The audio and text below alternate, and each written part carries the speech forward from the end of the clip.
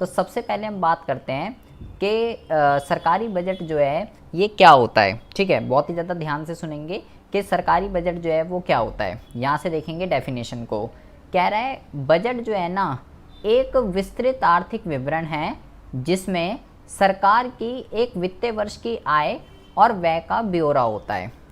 Budget एक ऐसा दस्तावेज होता है जिसमें सरकार के वित्तीय वर्ष तक की अवधि की आय का और व्यय के अनुमानों का विवरण होता है। यहाँ पे सबसे पहले तो इसने आपको बजट की डेफिनेशन बताई है कि बजट की डेफिनेशन जो है वो क्या होती है। कह रहा है बजट का मतलब ये होता है कि सरकार को एक साल के अंदर अंदर कितनी एक्सपेक्टेड रिसिप्ट और कितनी एक्सपेक्टेड पेमेंट सरकार को आने वाले साल के अंदर सरकार को कितना पैसा उसको मिलने वाला है और सरकार उस पैसे को कहाँ कहाँ पे खर्च करने जा रही है, उस डॉक्यूमेंट को, उस स्टेटमेंट को, उस विवरण को, उस दस्तावेज को हम क्या बोलेंगे, उसको हम जो है सरकारी बजट का नाम देंगे, जिसके अंदर अनुमान लिखा हुआ है। गाइस मोस्ट इंपॉर्टेंट वर्ड क्या है, एक्चुअल नहीं है ये, expected receipt and expected payment बोला उसने। अनुमान का मतलब क्या होता है,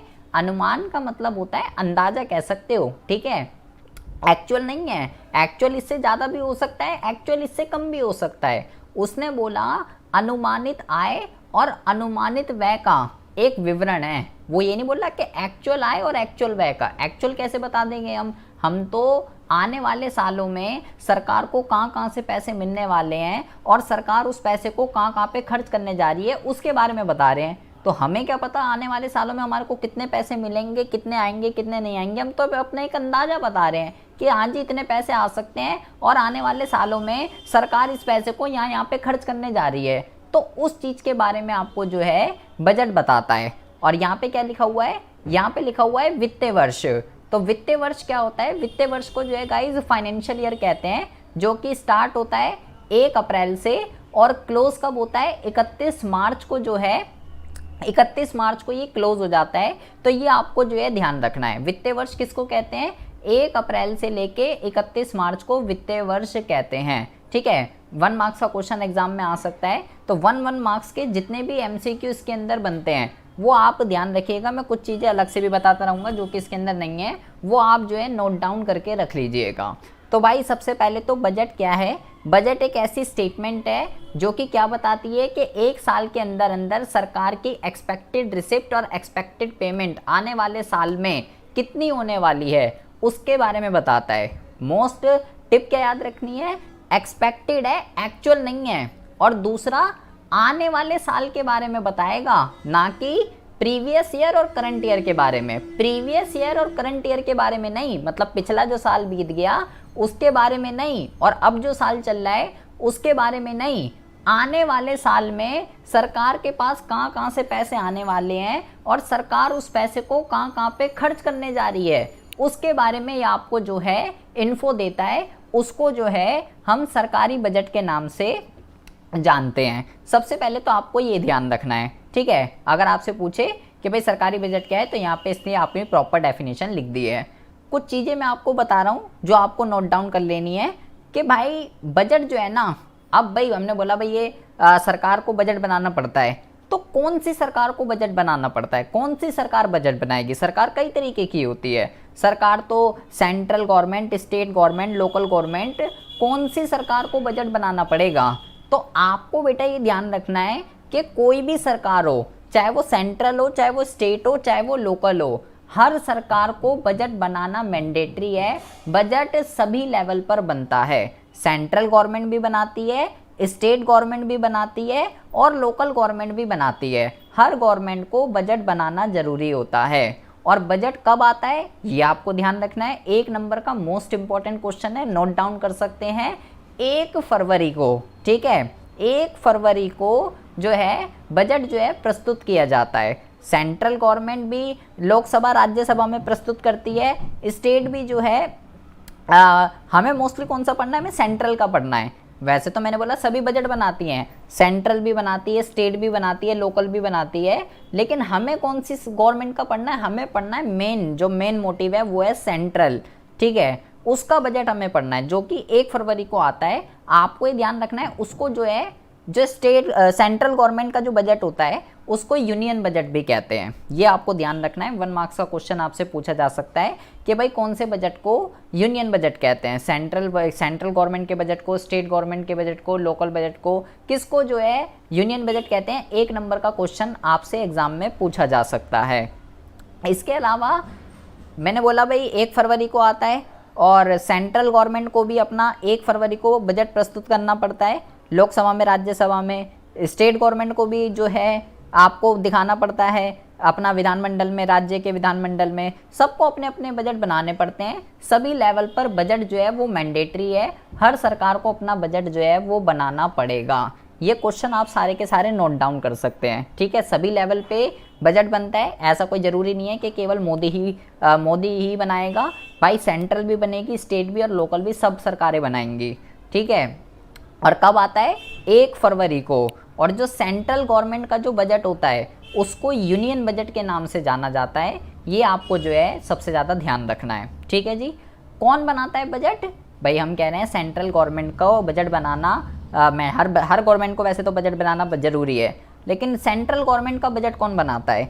तो भैया सेंट्रल गवर्नमेंट में फाइनेंस डिपार्टमेंट, वित्त मंत्री जो होते हैं वो जो है बजट बनाते हैं। ये ध्यान रखना है, 1 नंबर का क्वेश्चन आ सकता है।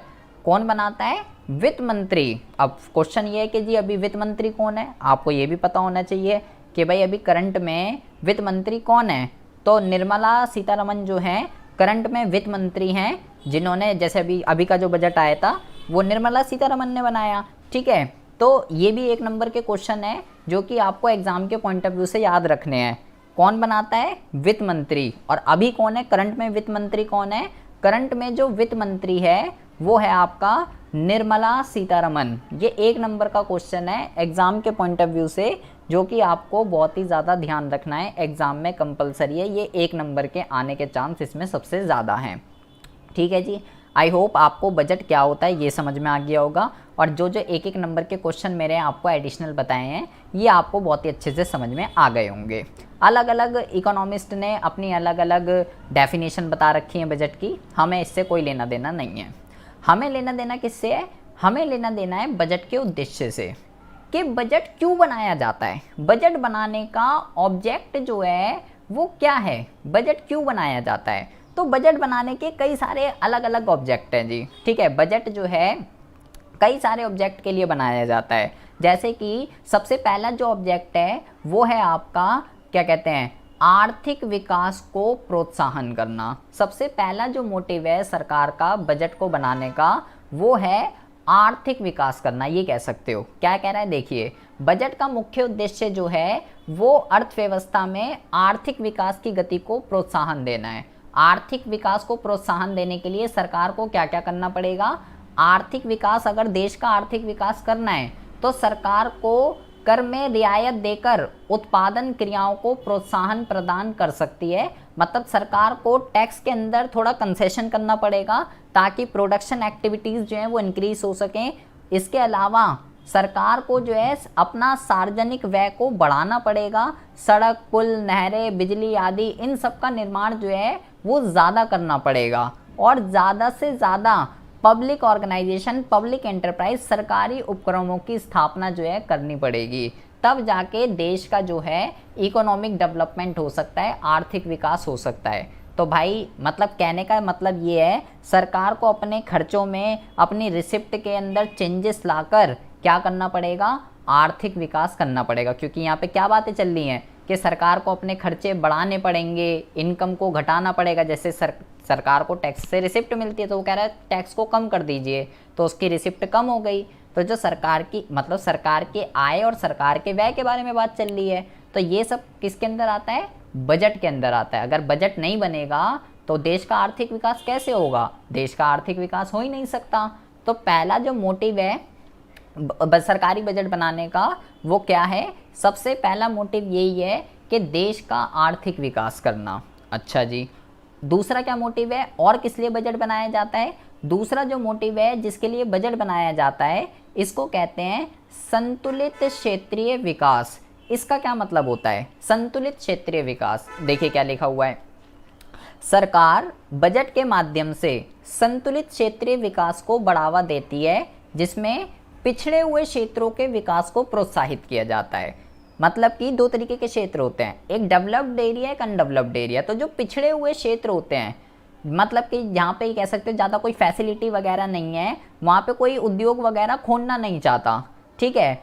तो सरकार, सब बंदे डेवलप्ड एरिया के अंदर इंडस्ट्री खोलना चाहते हैं, अनडेवलप्ड एरिया के अंदर कोई भी इंडस्ट्री नहीं खोलना चाहता, क्योंकि वहाँ कोई फैसिलिटी नहीं है। तो सरकार ये चाहती है कि पिछड़े हुए क्षेत्रों में भी इंडस्ट्रीज खुलें। तो उसके लिए सरकार क्या करती है, उन्हें टैक्स के अंदर कंसेशन देती है, टैक्स के अंदर उनको जो है छूट देती है।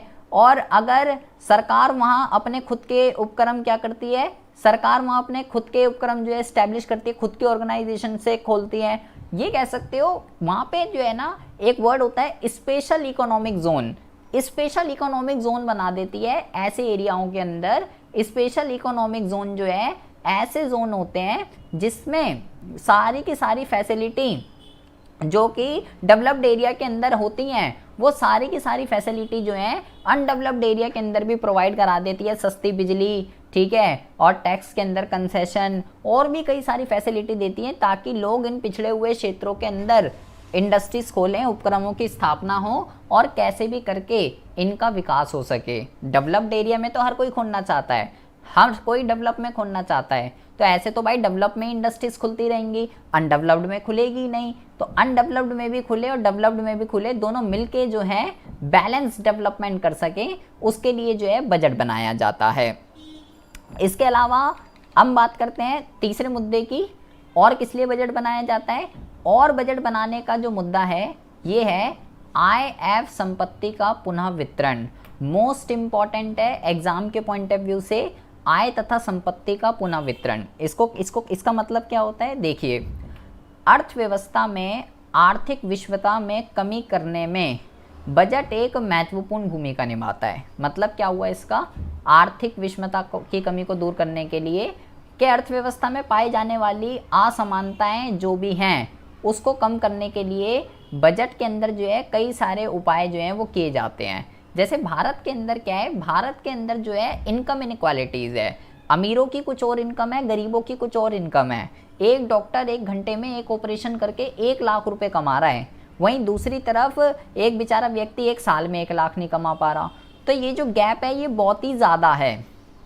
तो सरकार इस चीज़ को ठीक करने के लिए क्या करती है, सरकार इस चीज़ को ठीक करने के लिए अमीरों की इनकम पे तो क्या लगा देती है, टैक्स लगा देती है, और जो बेचारे पिछड़े हुए वर्ग के हैं, कम आय वाले हैं, उनको जो है सरकार क्या करती है, कर के दायरे से बाहर रखती है। उनको उल्टा क्या देती है, सब्सिडी देती है, जो भी, ताकि वो बेचारे अपनी बेसिक नीड्स को जो है पूरा कर सकें। और ये जो अमीर और गरीब का अंतर ये जो बन रहा है, ये जो है सारा का सारा ठीक हो सके। तो redistribution of income and property, ये जो है सरकार का तीसरा ऑब्जेक्ट है, जिसके लिए जो है बजट बनाया जाता है।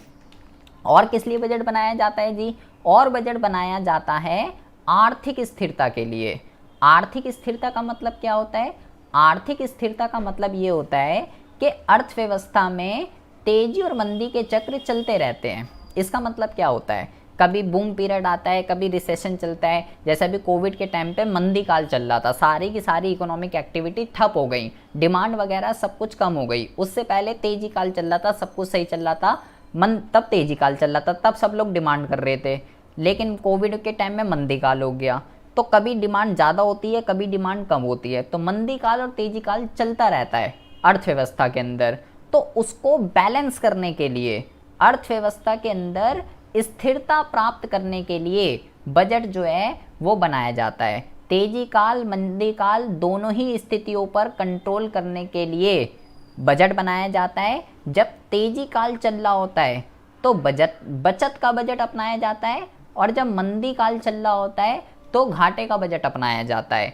1 नंबर का क्वेश्चन है, एग्जाम के पॉइंट ऑफ व्यू से मोस्ट इंपॉर्टेंट है, इस पे क्वेश्चन आना ही आना है, ठीक है। आपको अभी हम आगे पढ़ेंगे कि ये बचत का बजट क्या होता है और ये घाटे का बजट क्या होता है, ये भी आगे आएगा। लेकिन 1 नंबर का क्वेश्चन है, तेजी के समय में बचत का बजट और मंदी के समय में घाटे का बजट अपनाना ज़्यादा अच्छा होता है। ये होते क्या हैं ये अभी हम वहाँ पे पढ़ लेंगे। तो ना तो डिमांड ज़्यादा हो, ना डिमांड कम हो, ना बूम पीरियड हो, ना रिसेशन हो, ना तेजी काल, ना मंदी काल, एक बैलेंस बना रहा है, एक कंट्रोल बना रहा है। इसलिए जो है बजट को बनाया जाता है अर्थव्यवस्था के अंदर स्टेबिलिटी लाने के लिए, अर्थव्यवस्था के अंदर स्थिरता लाने के लिए जो है बजट बनाया जाता है। और किस लिए बजट बनाया जाता है जी? रोजगार का सृजन करने के लिए। रोजगार का सृजन करने के लिए बजट बनाया जाता है। रोजगार का सृजन करने का मतलब क्या होता है? आप जानते ही हैं कि भारत के अंदर जो है बेरोजगारी की संख्या प्रचुर मात्रा के अंदर है, नल्ले यहाँ पे जो है बहुत ही ज़्यादा हैं। तो उनको काम धंधा वगैरह प्रोवाइड कराने के लिए बहुत ही ज़रूरी है कि सरकार इनकी तरफ ध्यान दे। ठीक है, रोजगार का सृजन करना भी सरकार के बजट का एक बहुत ही एक इम्पॉर्टेंट मोटिव है। इसके लिए सरकार जो है श्रम प्रदान तकनीक, सड़क पुल नहरें बांध निर्माण जैसे सार्वजनिक कार्यक्रमों को प्रोत्साहित करती है। कैसे भी करके जितने भी वो काम कर रही है वहाँ पे लेबर इंटेंसिव टेक्निक को यूज़ करती है, ज़्यादा से ज़्यादा लेबर लगाती है ताकि लोगों को काम धंधा मिले और इससे वो जो है इनकम जनरेट करके अपनी बेसिक नीड्स को जो है पूरा कर सके। और कई सारे अलग अलग तरीके के प्रोग्राम्स भी जो है सरकार लागू करती है ताकि इन नल्लों के लिए रोजगार के अवसरों की जो है उत्पत्ति हो सके। ये हम भारतीय अर्थव्यवस्था विकास वाले उसमें पढ़ेंगे कि सरकार ने कौन कौन से प्रोग्राम्स बना रखे हैं। जैसे एक वो बहुत फेमस है मनरेगा वगैरह, तो कई सारे प्रोग्राम बनाती है सरकार ताकि इन बेरोजगारों को कोई काम धंधा मिल सके। तो इन बेरोजगारों को काम प्रोवाइड कराना भी सरकार के बजट का एक उद्देश्य है, रोजगार का सृजन करना। इसके अलावा सार्वजनिक उपक्रमों का प्रबंध करना। इसका मतलब क्या होता है कि जितनी भी पब्लिक इंटरप्राइजेज हैं उसको जो है सरकारी सामाजिक हित में सामूहिक न्याय की स्थिति उत्पन्न करने के लिए सार्वजनिक उपक्रमों की स्थापना की जाती है, क्योंकि इन उपक्रमों का उद्देश्य लाभ अर्जन ना होकर सामाजिक कल्याण पर आधारित होता है। तो भाई दो तरीके की इंडस्ट्रीज होती हैं, एक होती है पब्लिक, एक होती है प्राइवेट। प्राइवेट वाली जो काम करती है वो काम करती है लाभ अर्जित करने के लिए, जबकि जो ये पब्लिक इंटरप्राइजेज होती हैं ये लाभ अर्जन के लिए नहीं काम करती, ये सामाजिक कल्याण के लिए काम करती है। तो भैया यहाँ से लाभ कमाना वो तो भूल ही जाओ, लाभ कमाने के पर्पस से ये नहीं खुलती हैं। ये किस लिए खुलती हैं? केवल समाज के कल्याण के लिए।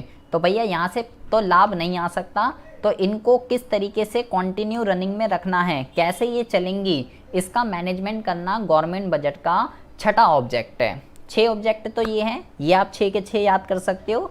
इसके अलावा एक ऑब्जेक्ट इसके अंदर और है, वो इसके अंदर लिखा नहीं है, इसको कहते हैं रीएलोकेशन ऑफ रिसोर्सेज। ये भी आप याद रख सकते हो। रीएलोकेशन ऑफ रिसोर्सेज का मतलब यही है, इसी के जैसे ही है कि भाई दो तरीके की इंडस्ट्रीज हैं, एक प्राइवेट और एक पब्लिक। रीएलोकेशन ऑफ रिसोर्सेज का मतलब होता है संसाधनों का पुनः आवंटन। तो संसाधनों के पुनः आवंटन का ये मतलब है कि जो प्राइवेट वाली होती हैं वो तो लाभ अर्जित करने के लिए काम करती हैं, और जो पब्लिक वाली होती हैं वो सामाजिक कल्याण के लिए काम करती है। तो प्राइवेट वाला कोई भी बंदा सामाजिक कल्याण के लिए कभी भी काम नहीं करता, क्योंकि यहाँ पे बहुत ज़्यादा पैसा लगाना पड़ता है और लाभ की कोई संभावना नहीं होती, केवल समाज के कल्याण के लिए काम करना पड़ता है। प्राइवेट वाला कभी भी समाज के कल्याण के लिए काम नहीं करता। तो सरकार को ही अपने ऊपर जिम्मेदारी लेनी पड़ेगी सारी की सारी कि भाई जो करना है मुझे ही करना है। तो उस चीज़ को जो है रीएलोकेशन ऑफ रिसोर्सेज कहते हैं। सरकार कैसे भी करके वो प्रोड्यूसर जो अमीरों के लिए गुड्स बना रहा है उस पर ज़्यादा से ज़्यादा टैक्स लगा देती है, और वो प्रोड्यूसर जो बोलती है कि जो भाई गरीबों के लिए गुड्स बनाएगा उसको जो है मैं अपनी तरफ से सब्सिडी दूंगी। तो इस तरीके से प्रोड्यूसरों के लिए भी टैक्स और सब्सिडी का यूज़ करके सरकार जो है रीएलोकेशन ऑफ रिसोर्सेज जो है वो करती है।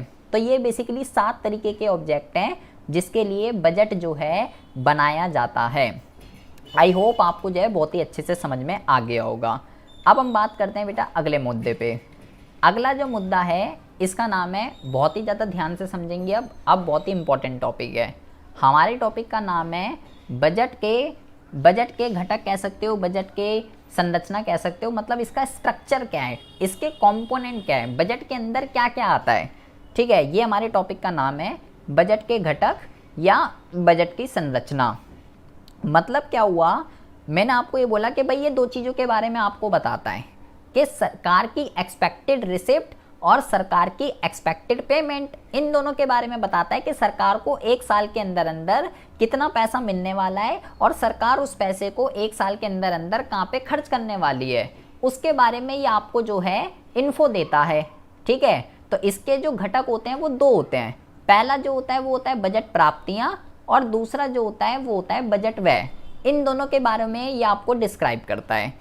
अब बहुत ही ज़्यादा ध्यान से समझना है आपको, जो ये जो बजट प्राप्ति, बजट के जो घटक होते हैं, इसको यहाँ पे किसने यहाँ पे डायग्राम से बता रखा है कि भाई दो चीज़ें होती हैं, एक होती है बजट प्राप्तियाँ और एक होता है यहाँ पे बजट व्यय। दो चीज़ें होती हैं इसके अंदर। जो बजट प्राप्तियाँ होती हैं ये दो तरीके की होती हैं, राजस्व प्राप्तियाँ और पूंजीगत प्राप्तियाँ। बिल्कुल इसी तरीके से जो बजट व्यय होता है ये दो तरीके का होता है, राजस्व व्यय और पूंजीगत व्यय।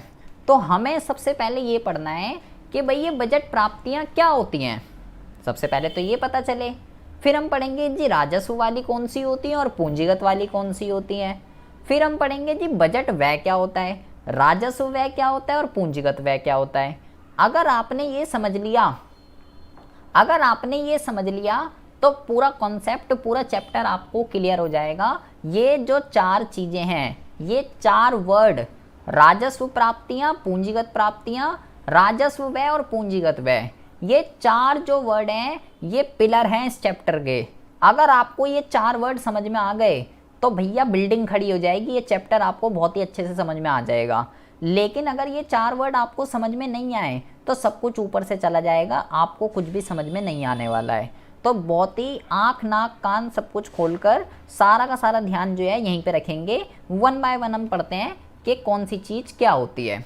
सबसे पहले हम बात करने जा रहे हैं बजट प्राप्तियों के बारे में। कह रहा है बजट प्राप्तियों का मतलब होता है कि एक साल के अंदर अंदर सरकार को सभी साधनों से प्राप्त होने वाली अनुमानिक मौद्रिक आय से है। सरकार को एक साल के अंदर अंदर उसके जितने भी सोर्स होते हैं, जितने भी सोर्स हैं, उसको जितनी भी एक्सपेक्टेड इनकम होने वाली है उसको जो है क्या बोलेंगे, उसको जो है बजट रिसिप्ट कहते हैं। और ये दो तरीके की होती है, राजस्व प्राप्तियाँ और पूंजीगत प्राप्तियाँ, दो तरीके की होती है। तो हम सबसे पहले बात करने वाले हैं राजस्व प्राप्तियों के बारे में। कौन सी प्राप्तियों को राजस्व प्राप्तियां कहते हैं, बहुत ही ज़्यादा ध्यान से सुनेंगे, बार बार कह रहा हूँ बहुत ही ज़्यादा ध्यान से। राजस्व प्राप्तियां कौन सी होती हैं, कह रहा है सरकार की राजस्व प्राप्तियां वह मौद्रिक प्राप्तियां हैं जिसमें निम्नलिखित दो विशेषताएं पाई जाती हैं। मतलब सरकार के पास पैसा आ रहा है, प्राप्तियों से पैसा आएगा और वैसे पैसा जाएगा। तो सरकार के पास पैसा आ तो रहा है, वो पैसा जिसके अंदर ये दो विशेषताएं विद्यमान होंगी, वो पैसा जिसके अंदर ये दो विशेषताएं देखने के लिए मिलेंगी, वो पैसा राजस्व प्राप्ति का कहलाएगा। अब वो कौन कौन सी विशेषताएं हैं ये देखिए।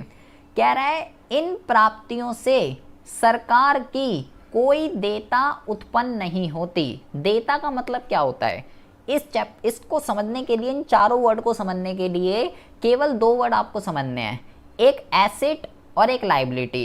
एसेट को कहते हैं परिसंपत्ति और लायबिलिटी को कहते हैं देयता। देयता का मतलब क्या होता है कि आपको किसी ने पैसे दिए, ठीक है, तो वो पैसे आपको कभी वापस नहीं करने, आपके ऊपर फ्यूचर में कोई भी ऑब्लिगेशन जो है वो क्रिएट नहीं हो रही, वो पैसा आपको कभी रिटर्न करना ही नहीं है। उसको कहते हैं कि आपके ऊपर कोई लायबिलिटी क्रिएट नहीं हो रही। कह रहा है राजस्व प्राप्ति कौन सी है कि सरकार के पास पैसा आया और उससे सरकार के ऊपर कोई भी लायबिलिटी जो है अगर क्रिएट ना हो। ऐसा कौन सा पैसा होता है, जैसे कि कह रहा है टैक्स का पैसा, कर का जो पैसा होता है वो राजस्व प्राप्ति का एग्जाम्पल है, क्योंकि हम लोग जो टैक्स पे करते हैं वो सरकार को कभी भी रिटर्न नहीं करना पड़ता। इससे सरकार के ऊपर कोई भी लायबिलिटी नहीं बनती।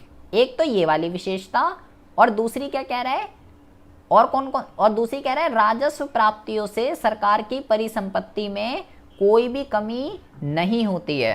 परिसंपत्ति का मतलब क्या होता है, एसेट। एसेट मतलब हमारी प्रॉपर्टी, हमारी मतलब सरकार की प्रॉपर्टी। कि सरकार के पास पैसा तो आया, और वो पैसा कैसे आया ना तो सरकार ने अपनी कोई प्रॉपर्टी बेची, ठीक है, कह रहा उससे उसकी प्रॉपर्टी पे कोई कमी नहीं हुई, प्रॉपर्टी जैसी थी अभी भी वैसी की वैसी है, प्रॉपर्टी पे कोई भी असर नहीं पड़ा, प्रॉपर्टी जैसे के तैसे है, प्रॉपर्टी पे कोई असर नहीं पड़ा, और ना ही लायबिलिटी बनी। मतलब ना सरकार ने किसी से उधार मांगा, ना सरकार ने अपना कुछ बेचा, और फिर भी सरकार के पास जो है पैसे आ गए। तो उसको हम क्या बोलेंगे, उसको हम जो है किसका एग्जाम्पल बोलेंगे, राजस्व प्राप्ति का एग्जाम्पल बोलेंगे। मतलब शॉर्ट में आपको क्या ध्यान रखना है, वो पैसे जो सरकार के पास आ रहे हैं, वो पैसे, वह प्राप्तियां जो ना तो लायबिलिटी का निर्माण करती है, देता मतलब लायबिलिटी, और ना ही परिसंपत्तियों को कम करती हैं, ना ही एसिड को कम करे, ना ही लायबिलिटी को क्रिएट करे, वो पैसे क्या कहलाएंगे, वो पैसे जो हैं राजस्व प्राप्ति का एग्जाम्पल कहलाते हैं।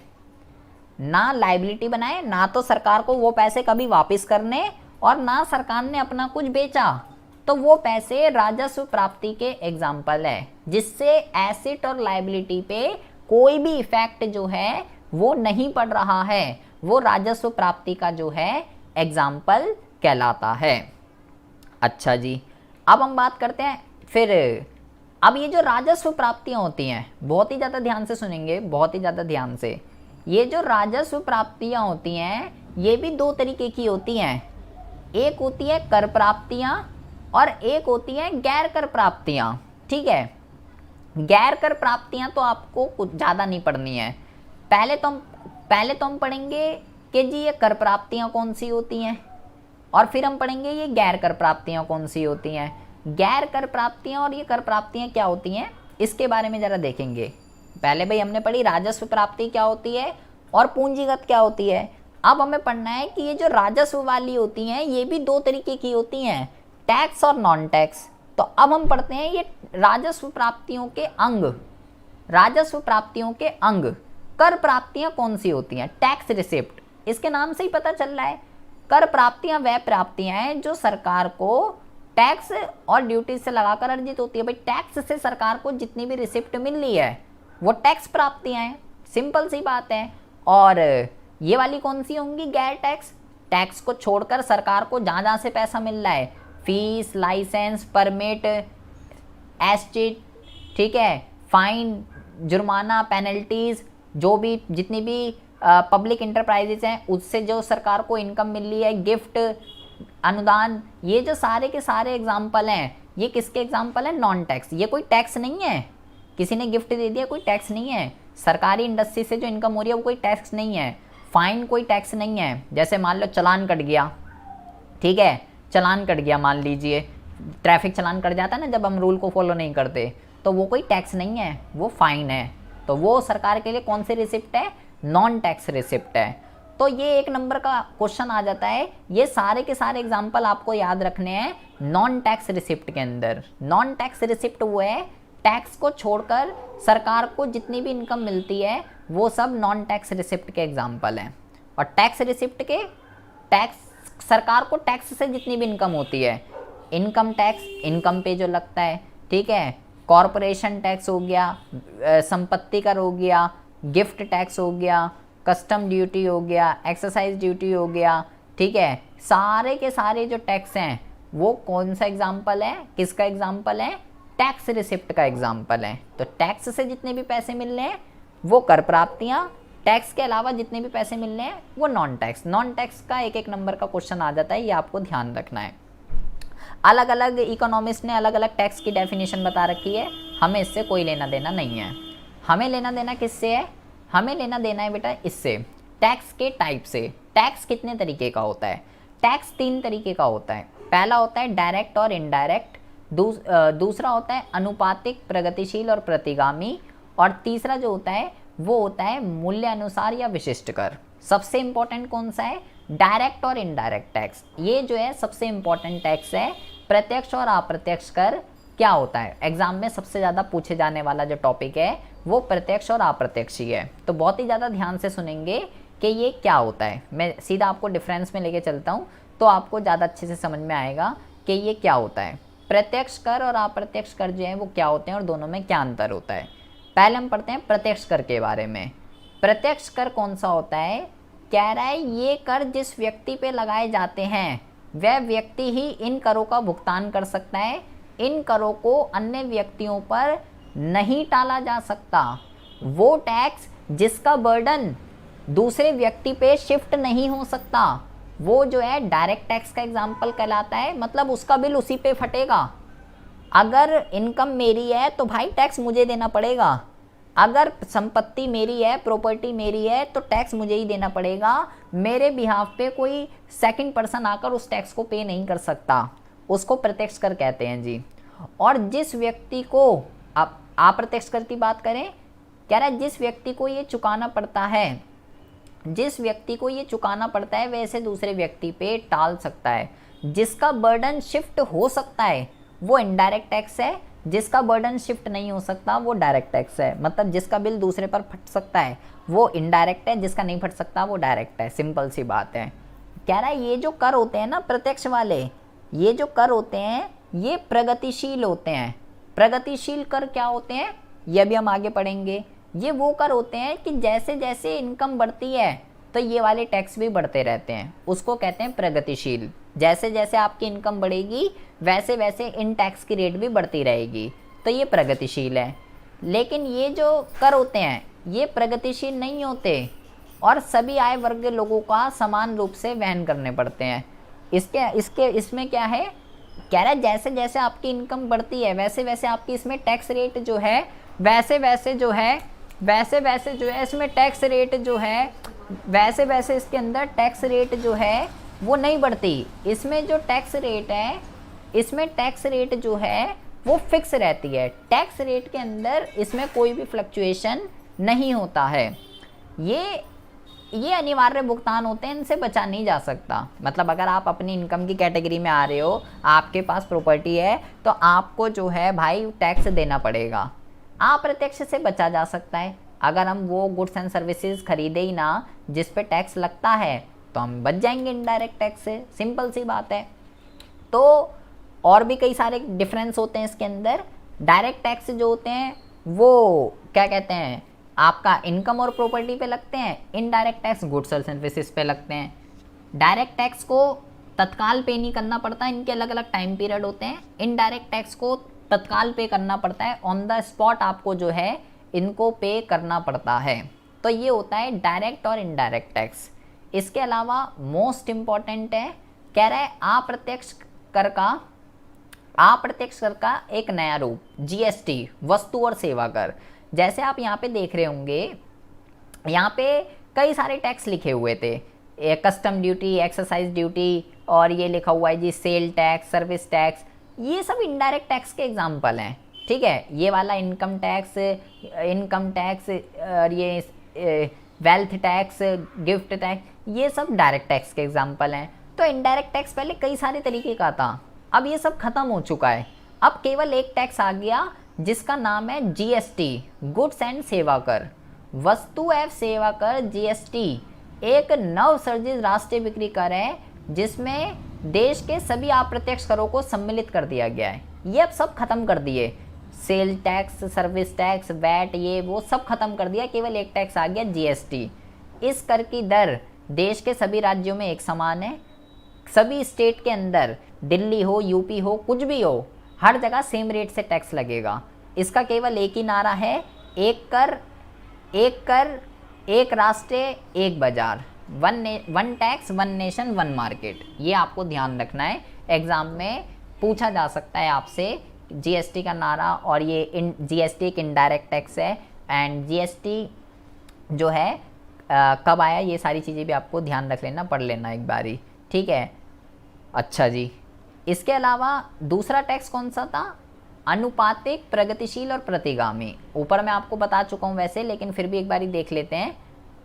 प्रोपोर्शनल टैक्स जो है वो कौन सा होता है, अनुपातिक कर जो है वह कर होता है जिसमें आय पर एक ही दर से कर लगाया जाता है, अर्थात चाहे आय घटे या बढ़े परंतु कर की दर जो है वो एक समान रहती है। देखो, चाहे आपकी इनकम 100 है, तो भी टैक्स 20 लग रहा है, 1000 है तो भी 20 लग रहा है, 10,000 है तो भी 20 लग रहा है, 1,00,000 है तो भी 20 लग रहा है। मतलब चाहे इनकम आपकी बढ़ रही है या घट रही है, टैक्स जो है वो आपका सेम रेट से लग रहा है, टैक्स के अंदर कोई भी चेंज नहीं आ रहा। लेकिन जो प्रोग्रेसिव टैक्स होते हैं, प्रगतिशील कर जो होते हैं, उसमें क्या होता है, जैसे जैसे आपकी इनकम बढ़ती रहती है, जैसे जैसे आपकी इनकम बढ़ती रहती है, वैसे वैसे जो है टैक्स रेट भी बढ़ती रहती है।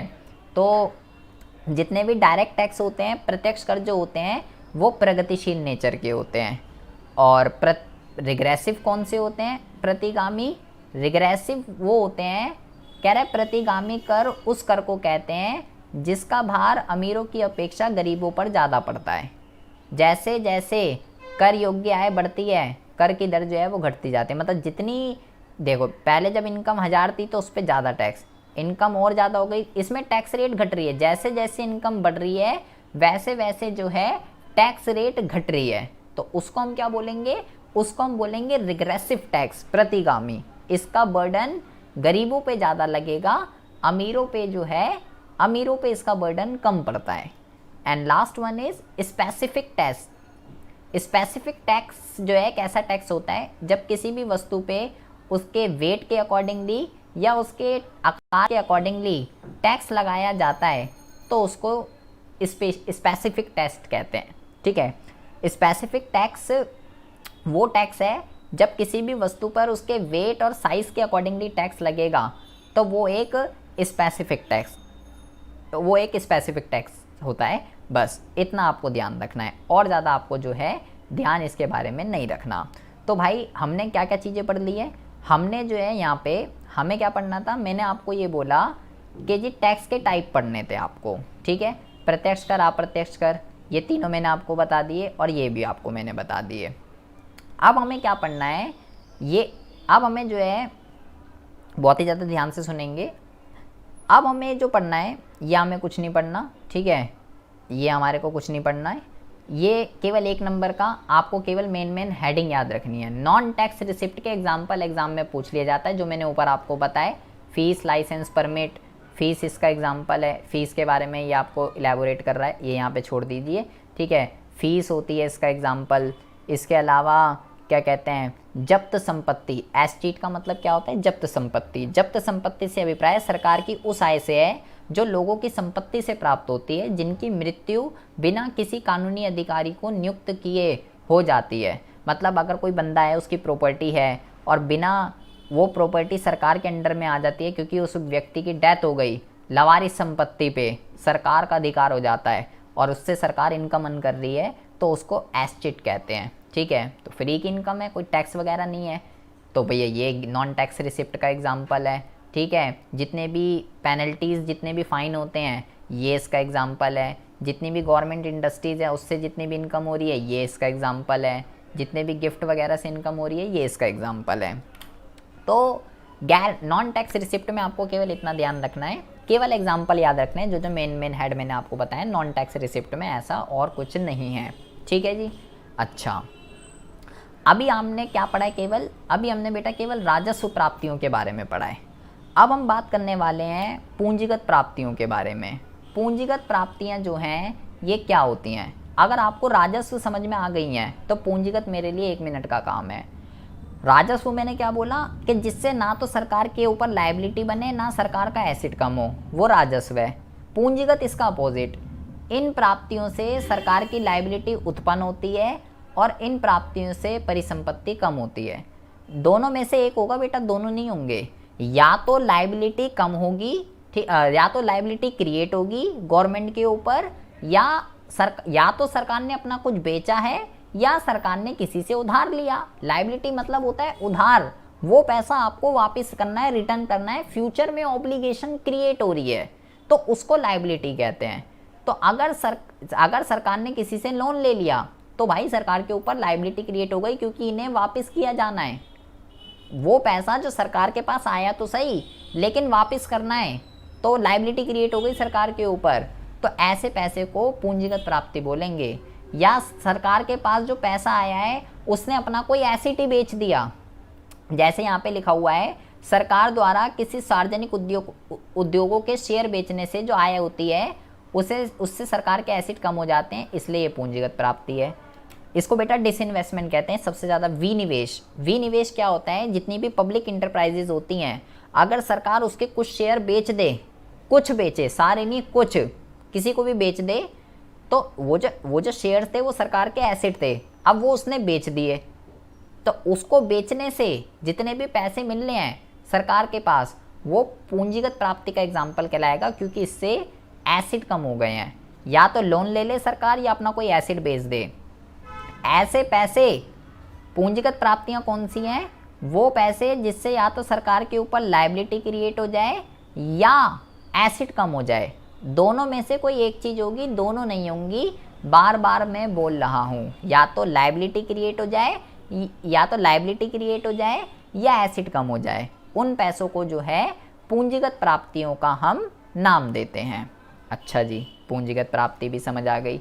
अब यहाँ पे लिखा हुआ है पूंजीगत प्राप्ति के घटक, जैसे राजस्व प्राप्ति की थे ना, अब पूंजीगत प्राप्ति के समझिए। बहुत ही ज़्यादा ध्यान से समझना है, एक एक वर्ड आपके लिए बहुत ही ज़्यादा इम्पॉर्टेंट है। यहाँ पे लिखा हुआ है recovery of loan. Recovery of loan का मतलब क्या होता है कि मान लीजिए सरकार ने किसी को लोन दिया था, अब उसने पैसे वापस कर दिए, तो भाई जब सरकार ने उसको लोन दिया था तो सरकार को उससे पैसे लेने थे, वो हमारा डेटर था। ये अकाउंट्स का वर्ड है, ठीक है। जिस व्यक्ति से हमको पैसे लेने होते हैं वो हमारा डेटर कहलाता है, वो हमारा एसेट होता है। तो जब उसने पैसे दे दिए तो वो हमारा डेटर नहीं रहेगा, मेरा एसेट कम हो जाएगा। तो ऋण की वसूली किसका एग्जाम्पल है, पूंजीगत प्राप्तियों का। क्यों? क्योंकि इससे हमारे एसेट कम हो रहे हैं। क्यों कम हो रहे हैं? क्योंकि मैंने बोला कि अगर सरकार ने किसी को लोन दिया था और वो बंदा आपके पैसे वापस कर रहा है, तो वो हमारा डेटर नहीं रहेगा, तो हमारे एसेट कम हो गए, इसलिए ये पूंजीगत प्राप्ति का एग्जाम्पल है। सरकार किसी से भी लोन ले ले, उधार ले ले, डोमेस्टिक से भी ले सकती है, फॉरेन से भी ले सकती है, देश के अंदर से भी ले सकती है, देश के बाहर से भी ले सकती है, कहीं से भी ले सकती है। तो भाई लायबिलिटी क्रिएट हो जाएगी। चाहे भाई दूसरे देशों की सरकार से ले सकती है, आरबीआई से ले सकती है, किसी से भी ले सकती है, तो इससे लायबिलिटी क्रिएट हो जाएगी, क्योंकि ये पैसा सरकार को वापस करना है, इसलिए लायबिलिटी क्रिएट हो रही है इससे। तो ये पूंजीगत प्राप्ति का एग्जाम्पल है। या जितनी भी गवर्नमेंट इंडस्ट्रीज़ हैं, उन गवर्नमेंट इंडस्ट्रीज़ के शेयर या डिसइन्वेस्टमेंट से क्या हो रहा है, अगर सरकार अपने कुछ शेयर बेच दे तो उसको हम क्या बोलेंगे, अगर सरकार अपने कुछ शेयरों को बेच दे तो सरकार के पास पैसे तो आ जाएंगे, लेकिन पैसे तो आ गए, लेकिन शेयर जो है बेच दिए। शेयर एसेट हैं सरकार के, तो एसेट कम हो गए सरकार के, तो ये पैसा क्या कहलाएगा, ये पैसा पूंजीगत प्राप्ति का एग्जाम्पल कहलाएगा। ये तीनों चीज़ें आपको ध्यान रखनी है। यहाँ पे दूसरे पॉइंट में लोन लिया है, पहले वाले पॉइंट में क्या है, जो लोन दिया था जिसको, उसने पैसे वापस कर दिए तो मेरा एसेट कम हो गया। दूसरे वाले में क्या है, हमने लोन लिया, सरकार ने लोन लिया, तो लायबिलिटी क्रिएट हो रही है इससे। दोनों में डिफरेंस है, तो बहुत ही ज़्यादा ध्यान से समझिएगा। तो ये सारे पूंजीगत घटक के एग्जाम्पल हैं, ठीक है। कुछ भी एग्जाम में आ सकता है। यहाँ पे ये आपको सारा का सारा जो है वही समझा रहा है कि भाई क्या होता है पूंजीगत प्राप्तियों के अंग, ये यहाँ पे आपको समझा रहा है। हमने प्राप्ति का पक्ष पूरा पढ़ लिया। प्राप्ति आई होप आपको बहुत ही अच्छे से समझ में आ गया होगा कि रिसिप्ट जो है वो क्या होती है, बजट रिसिप्ट क्या होती है, ठीक है, एंड राजस्व प्राप्तियाँ क्या होती हैं, पूंजीगत प्राप्तियाँ क्या होती हैं, बहुत ही अच्छे से आपको समझ में आ गया होगा। अब हम बात करते हैं बजट व्यय की। एक्सपेंडिचर क्या होता है, तो भाई बजट व्यय से अभिप्राय सरकार द्वारा एक वित्तीय वर्ष में किए जाने वाले अनुमानित व्यय से है। एक साल के अंदर अंदर सरकार जितना भी पैसा खर्च करने जा रही है वो जो है किसका एग्जाम्पल कहलाएगा, वो जो है आपका बजट व्यय कहलाएगा, वो जो सरकार आने वाले साल में करने जा रही है। ये दो तरीके का होता है, पहला राजस्व, दूसरा पूंजीगत। राजस्व वाला कौन सा होता है और पूंजीगत वाला कौन सा होता है, अब समझिए। सबसे पहले हम बात करते हैं राजस्व व्यय की।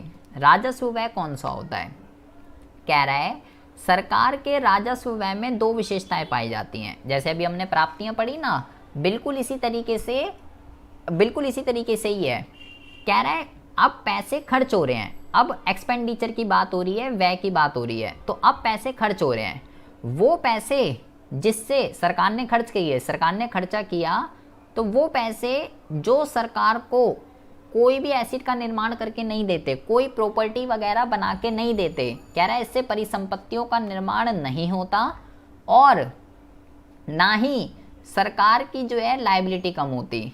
वो पैसे जो ना तो सरकार को कुछ बना के दे रहे और ना ही वो पैसे जो ना तो सरकार को कुछ बना के दे रहे और ना ही सरकार की लायबिलिटी के अंदर कमी कर रहे, वो पैसे जो हैं राजस्व व्यय का एग्जाम्पल कहलाते हैं। जो ना तो सरकार को कुछ प्रॉपर्टी बना के दे रहे, ना ही सरकार की कोई लायबिलिटी कम हो रही। मतलब यहाँ पे हमने जो सरकार ने ये जो उधार लिया था डोमेस्टिक से या फॉरेन से जो लोन लिया था, सरकार खर्चा कर रही है लेकिन उससे उसका लोन नहीं उतर रहा, लायबिलिटी नहीं कम हो रही, ना लायबिलिटी कम हो रही ना कुछ बन के आ रहा। ऐसे पैसे जो हैं राजस्व व्यय के एग्जाम्पल कहलाते हैं। जैसे कि क्या कह सकते हैं, ब्याज का भुगतान कह सकते हो, ठीक है। ब्याज जब लोन लिया है तो उस पर ब्याज जाएगा, तो भाई ब्याज देने से आपकी लायबिलिटी कम नहीं हो रही, ना आपके पास कुछ बन के आ रहा, तो ब्याज का जो भुगतान है वो जो है किसका एग्जाम्पल है, वो राजस्व व्यय का एग्जाम्पल है। वहीं दूसरी तरफ अगर हम पूंजीगत व्यय की बात करें तो पूंजीगत व्यय कौन सा होता है, जस्ट इसका अपोजिट, जो या तो सरकार को कुछ एसिड बना के दे दे या सरकार की लायबिलिटी कम कर दे। दोनों में से कोई एक चीज़ होगी, दोनों नहीं होंगे, या तो एसिड बनेगा या लायबिलिटी कम होगी। वो पैसे जो सरकार खर्च कर रही है और उस पैसे से सरकार के पास जो पैसे खर्च कर रही है, या तो सरकार को वो एसिड बना के दे रही है या उसकी लायबिलिटी को रिड्यूस कर रही है, तो भाई वो पैसे पूंजीगत व्यय के एग्जाम्पल कहलाते हैं। वो पैसे पूंजीगत व्यय के एग्जाम्पल कहलाएंगे जिससे या तो सरकार के पास कोई एसिड आ जाए बन के, कोई खर्चा करा सरकार ने बोला मैं स्कूल बनवाऊंगी, हॉस्पिटल बनवाऊंगी, तो भाई उससे सरकार के पास एसिड आ रहा है बन के, स्कूल हॉस्पिटल से एसिड बन के आ रहा है, तो उससे क्या है, एसिड बन रहा है। या सरकार ने ये जो ऊपर ये जो लोन लिया था ये वाला डोमेस्टिक से या फॉरेन से, इनको पैसे वापस कर दिए, तो इनको पैसे वापस किए, खर्चा हुआ लेकिन लोन भी तो उतर गया ना, तो वो पैसे जो या तो सरकार की लायबिलिटी को कम कर दें या कुछ बना के दे दें वो पूंजीगत कहलाते हैं, और जो ना तो भाई कुछ बना के दे रहे ना लायबिलिटी को कम कर रहे वो राजस्व व्यय के एग्जाम्पल कहलाते हैं। तो बजट व्यय क्या है, जो सरकार एक साल के अंदर अंदर आने वाले सालों में जितना भी खर्चा करने वाली है वो बजट व्यय है। दो तरीके का होता है, राजस्व और पूंजीगत। राजस्व से एसेट और लायबिलिटी पे कोई इम्पैक्ट नहीं पड़ता, पूंजीगत से एसेट और लायबिलिटी पर इम्पैक्ट पड़ता है। आई होप आपको बहुत ही अच्छे से समझ में आ गया होगा। अब ये जो सरकार खर्चा कर रही है राजस्व व्यय और ये जो पूंजीगत व्यय कर रही है, ये दो तरीके का हो सकता है, विकासात्मक और गैर विकासात्मक, योजना और गैर योजना, ठीक है। दो तरीके का खर्चा होता है। वैसे तो अगर आप सीबीएसई में हैं तो ये आपके सिलेबस में नहीं है, प्लान और नॉन प्लान फिर भी है, लेकिन बहुत आसान है, कोई ऐसा कोई हवा वाली चीज़ नहीं है। चाहे राजस्व नेचर का है या पूंजीगत का, कोई भी हो, राजस्व वाला ये भी हो सकता है विकासात्मक और गैर विकासात्मक, और पूंजीगत व्यय भी योजना गैर योजना कुछ भी हो सकता है। मतलब राजस्व व्यय चार तरीके का कोई सा भी हो सकता है, विकास, गैर विकास, योजना, गैर योजना, और पूंजीगत वाला भी इनमें से कोई सा भी हो सकता है।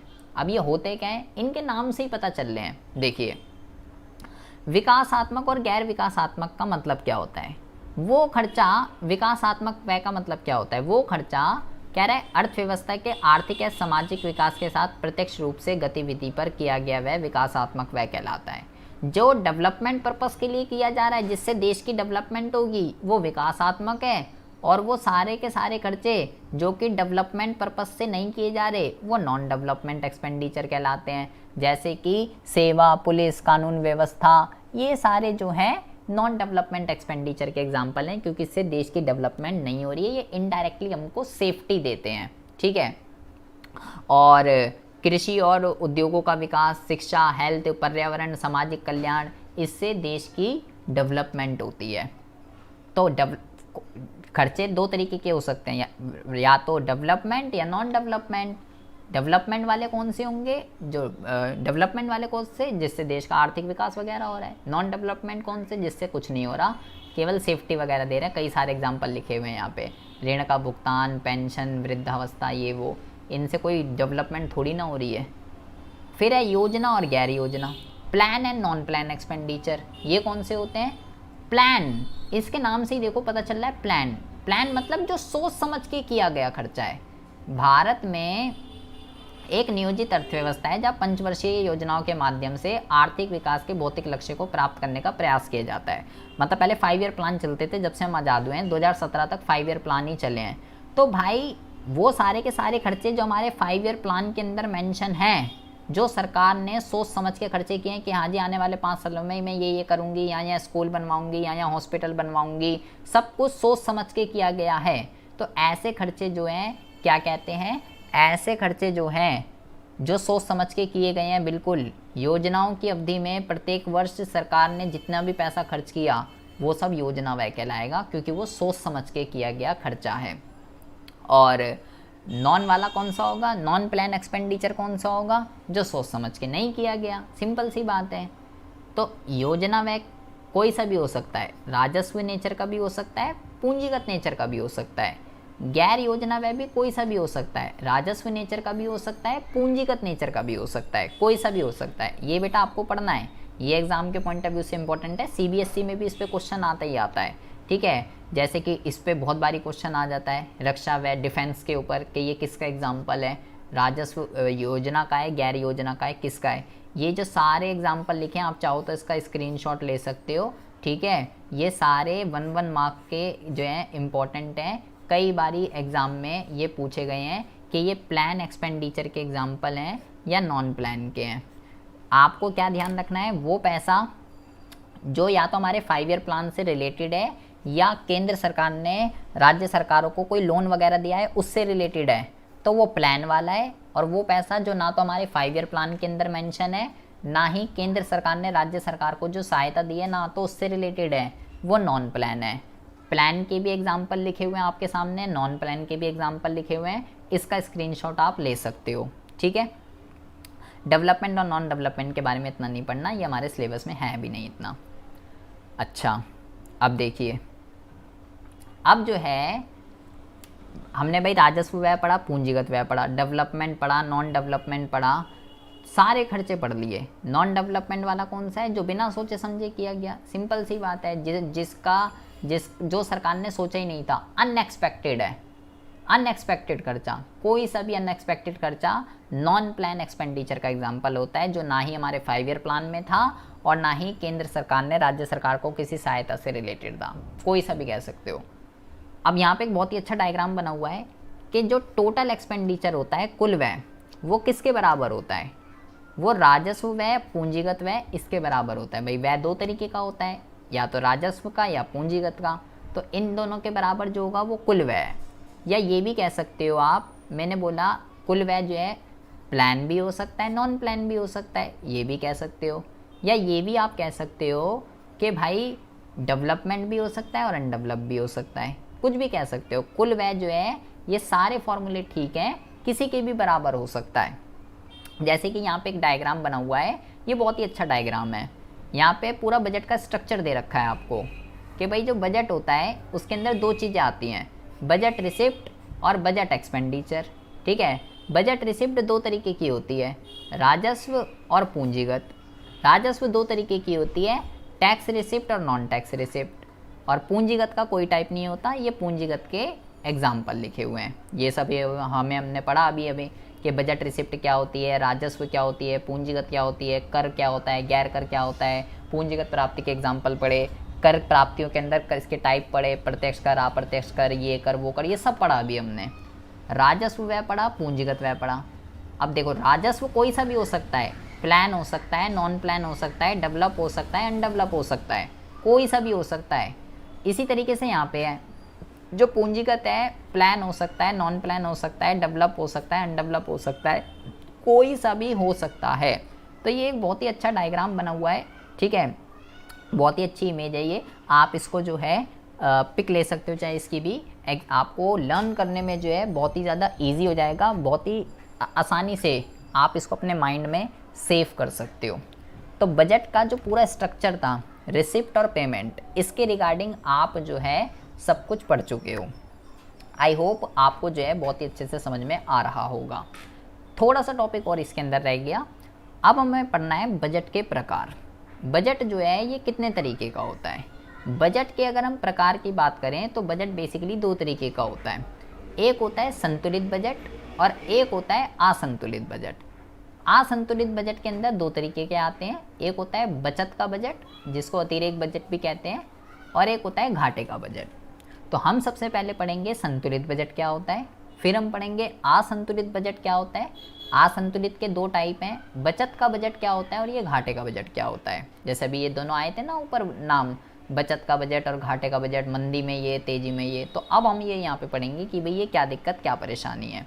देखिए सबसे पहले हम बात करने जा रहे हैं संतुलित बजट के रिगार्डिंग। संतुलित बजट जो है ये क्या होता है, तो कह रहा है संतुलित का मतलब क्या, बैलेंस। इसके नाम से ही पता चल रहा है। संतुलित बजट वह बजट है जिसमें सरकार की आय और व्यय दोनों बराबर होते हैं। सिंपल सी बात है भाई। बैलेंस बजट कौन सा होगा, जिसमें सरकार की इनकम और सरकार का व्यय दोनों आपस में बराबर होंगे, उसको संतुलित बजट कहते हैं। और असंतुलित बजट कौन सा होगा, असंतुलित बजट वो बजट होता है जिसमें सरकार की आय और व्यय आपस में बराबर नहीं होते। तो कॉमन सेंस की चीज़ है। अब भाई जब संतुलित में आय और व्यय बराबर हैं तो असंतुलित में बराबर नहीं होंगे, सिंपल सी बात है। और दोनों दो तरीके के होते हैं, बचत का बजट और घाटे का बजट। ठीक है जी। तो अब हम पढ़ते हैं कि जी ये बचत का बजट क्या होता है और ये घाटे का बजट क्या होता है। तो सबसे पहले हम बात करने जा रहे हैं बचत का बजट के रिगार्डिंग। बचत का बजट ये क्या होता है, बचत हो रही है। बचत का मतलब क्या होता है, कह रहा है अतिरिक्त बजट वह बजट है जिसमें सरकार की अनुमानित आय सरकार की अनुमानित व्यय से अधिक होती है। मतलब कि जब सरकार के पास पैसे ज़्यादा आ रहे होते हैं और सरकार खर्चा कम कर रही होती है, तो ऐसे बजट को बचत का बजट या अतिरिक्त बजट कहते हैं। ग्रेटर देन का साइन लगा हुआ है जी हाँ, ये साइन आपको ध्यान रखना है। जब सरकार के पास इनकम ज़्यादा आ रही होती है और खर्चा सरकार कम कर रही होती है, तो ऐसे बजट को क्या कहते हैं, बचत का बजट कहते हैं। ठीक है। ये कौन सी अब देखिए अभी आपको बता रहा है कि ये वाला बजट जो है बचत का बजट, ये कौन सी सिचुएशन में ठीक रहता है अपनाना, कि सरकार के पास पैसे ज़्यादा आ रहे हैं, सरकार खर्चा कम कर रही है। ये जो बजट है स्फीति में वांछनीय है। स्फीति का मतलब जब तेजी काल चल रहा होता है तो ये वाला बजट, सरकार को ये वाला बजट अपनाना चाहिए। ये क्वेश्चन आता है 1 नंबर में। जब तेजी काल चल रहा होगा तो बचत का बजट बनाना बढ़िया रहेगा सरकार के लिए, क्योंकि इससे क्या होता है, सरकार खर्चा कम कर रही है तो इससे डिमांड जो है वो कम हो जाती है।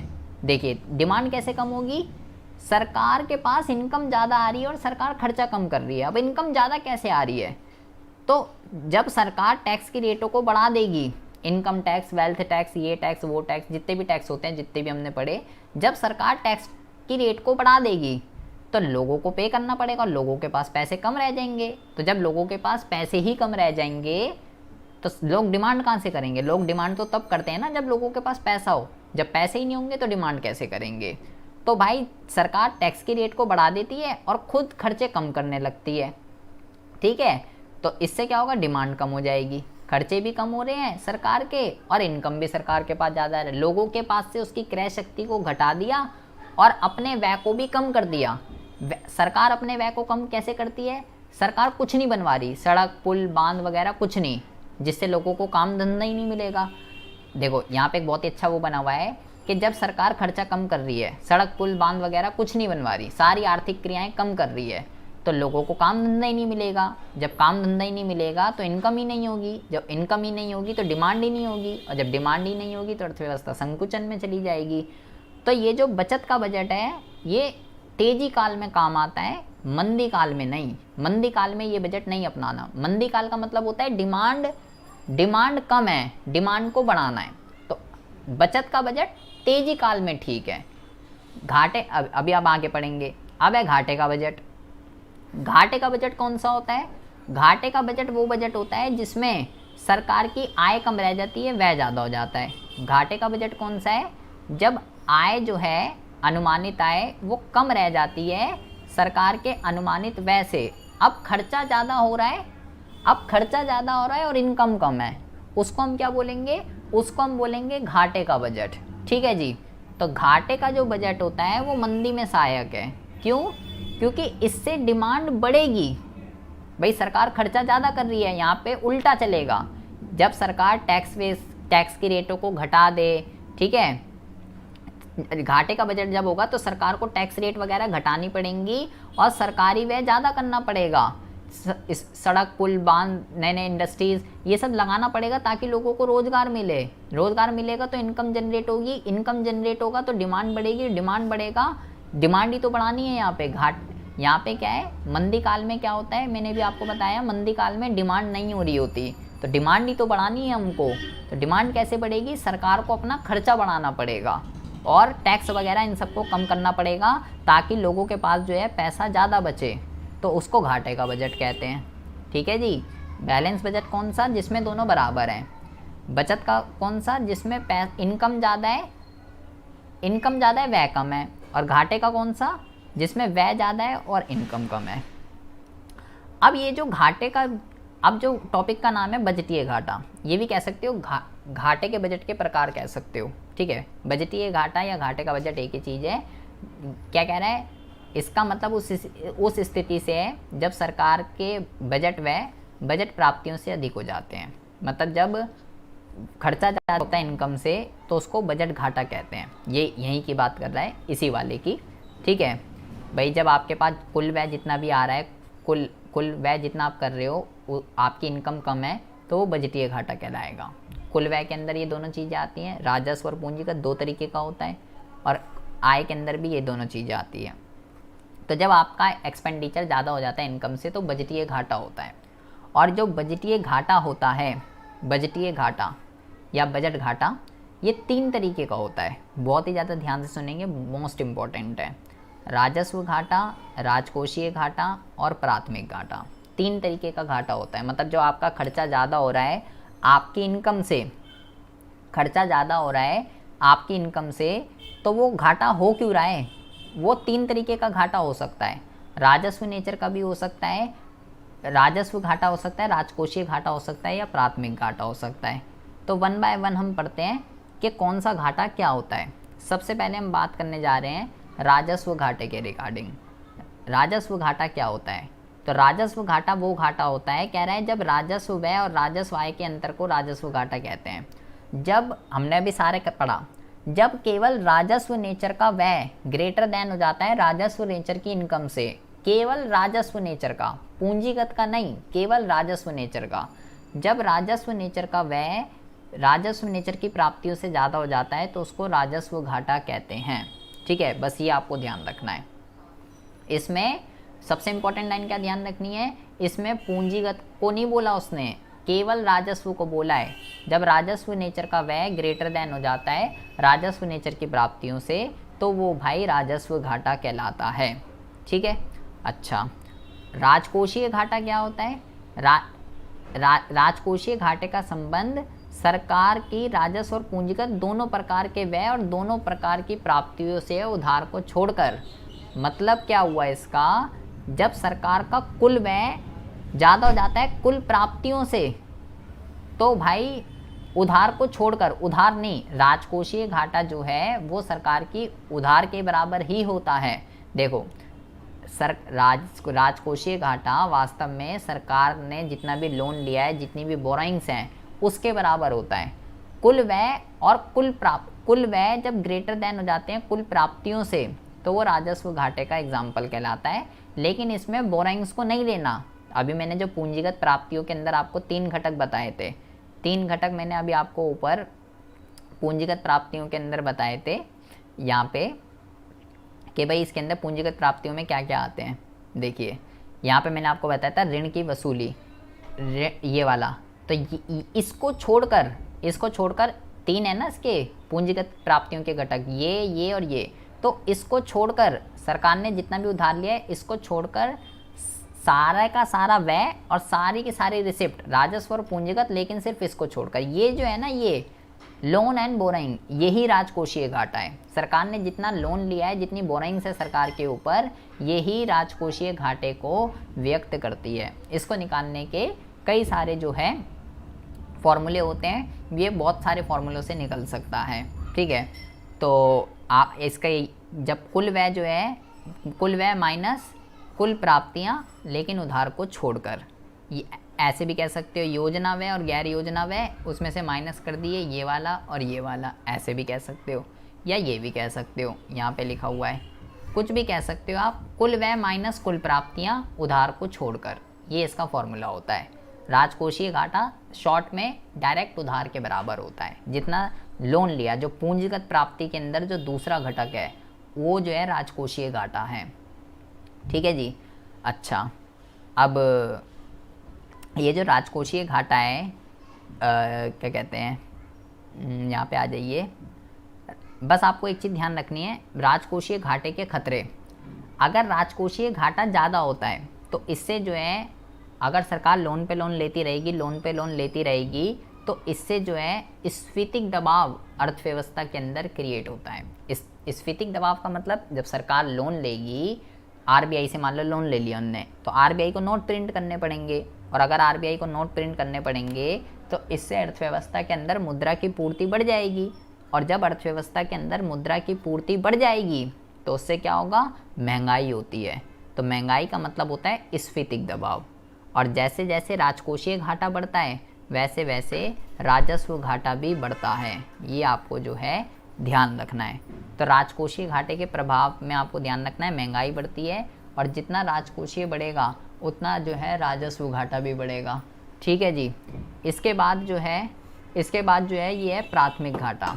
प्राथमिक घाटा जो है ये क्या होता है, कह रहा है प्राथमिक घाटा जो है ये राजकोषीय घाटा और भुगतान किए जाने वाले ब्याज का अंतर है। मतलब जो सरकार ने लोन ले रखा है तो उस पर इंटरेस्ट भी जाएगा जो लोन ले रखा है।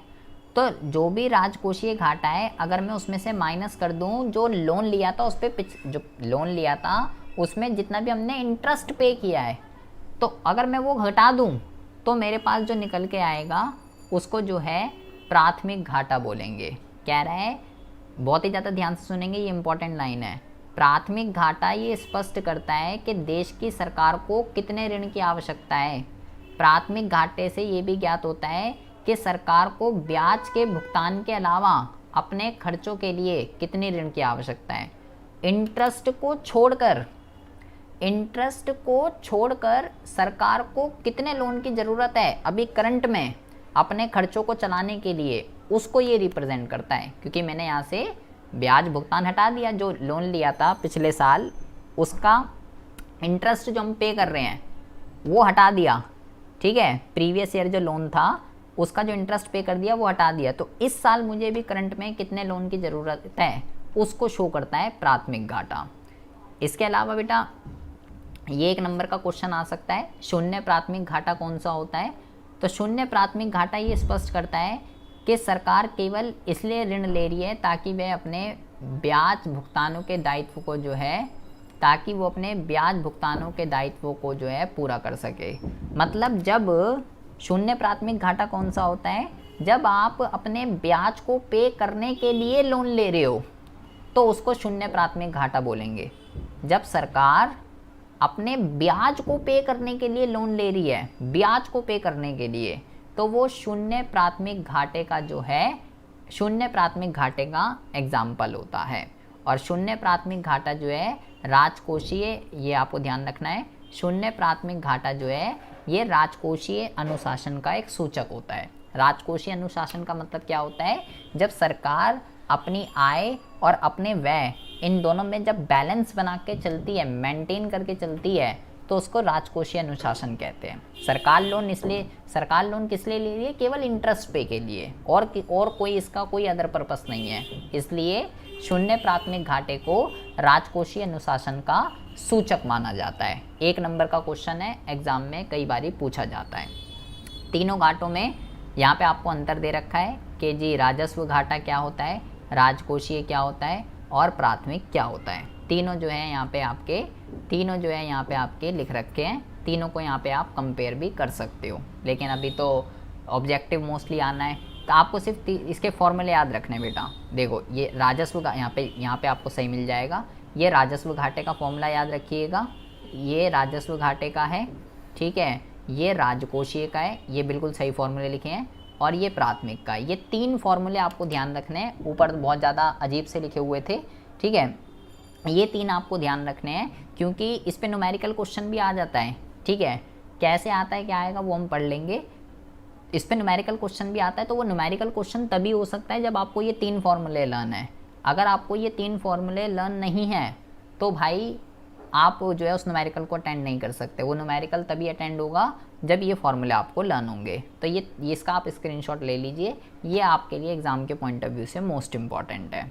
तो ये था जी आपका पूरा का पूरा चैप्टर, जिसका नाम था सरकारी बजट एवं अर्थव्यवस्था। आई होप आपको जो है बहुत ही अच्छे से समझ में आ गया होगा। अगर आपको गाइस वीडियो अच्छी लगी है तो प्लीज़ इस वीडियो को जो है ज़्यादा से ज़्यादा लाइक कीजिएगा, अपने फ्रेंड सर्कल के अंदर शेयर कीजिएगा, और कमेंट बॉक्स में कमेंट करके मुझे अपना एक्सपीरियंस जो है ज़रूर शेयर कीजिएगा। पूरे चैप्टर मैंने आपको समझा दिया है, ठीक है। अब जो है हम इसके MCQ का टेस्ट लेंगे। जितने भी MCQ इस चैप्टर से आपके बनते हैं, कब होगा, कहाँ होगा, कैसे होगा, वो सारी चीज़ें मैं आपको वीडियो के थ्रू बता दूंगा कि जी कितने बजे है, क्या है और कितने क्वेश्चन है। सारी की सारी चीज़ें वो आपको वीडियो के थ्रू इन्फॉर्म मिल जाएगी। बट आप सबसे पहले इसको जो है अपना पक्का कीजिए कि जी ये चैप्टर है और इससे ये MCQ बनते हैं। कुछ भी चीज़ अगर आपको समझ ना आई हो, कुछ भी चीज़ अगर आपको कहीं समझ ना आई हो, आपके पास मेरा व्हाट्सएप नंबर हो गई, अगर नहीं है तो आप नोट डाउन कर सकते हैं। 9990158317 ये मेरा व्हाट्सएप नंबर है। कोई भी डाउट है आप कमेंट बॉक्स में कमेंट भी कर सकते हैं, अगर आपको कुछ समझ ना आया हो, या मेरे को व्हाट्सएप भी कर सकते हैं, ठीक है। कुछ भी कर सकते हैं, कमेंट करना चाहे कमेंट कर दीजिए, जल्दी रिप्लाई मिल जाएगा। व्हाट्सएप भी कर सकते हैं। और अगर आप लाइव क्लास को ज्वाइन करना चाहते हैं गाइज़, तो आप लाइव क्लास को भी ज्वाइन कर सकते हैं, लेकिन वो पेड है, ठीक है। और फीस वगैरह क्या है वो आप मेरे से पूछ लीजिएगा मेरे को व्हाट्सएप करके। मिलते हैं आपसे नेक्स्ट वीडियो में ऐसी इंटरेस्टिंग टॉपिक के साथ। तब तक के लिए have a good day, bye bye, take care.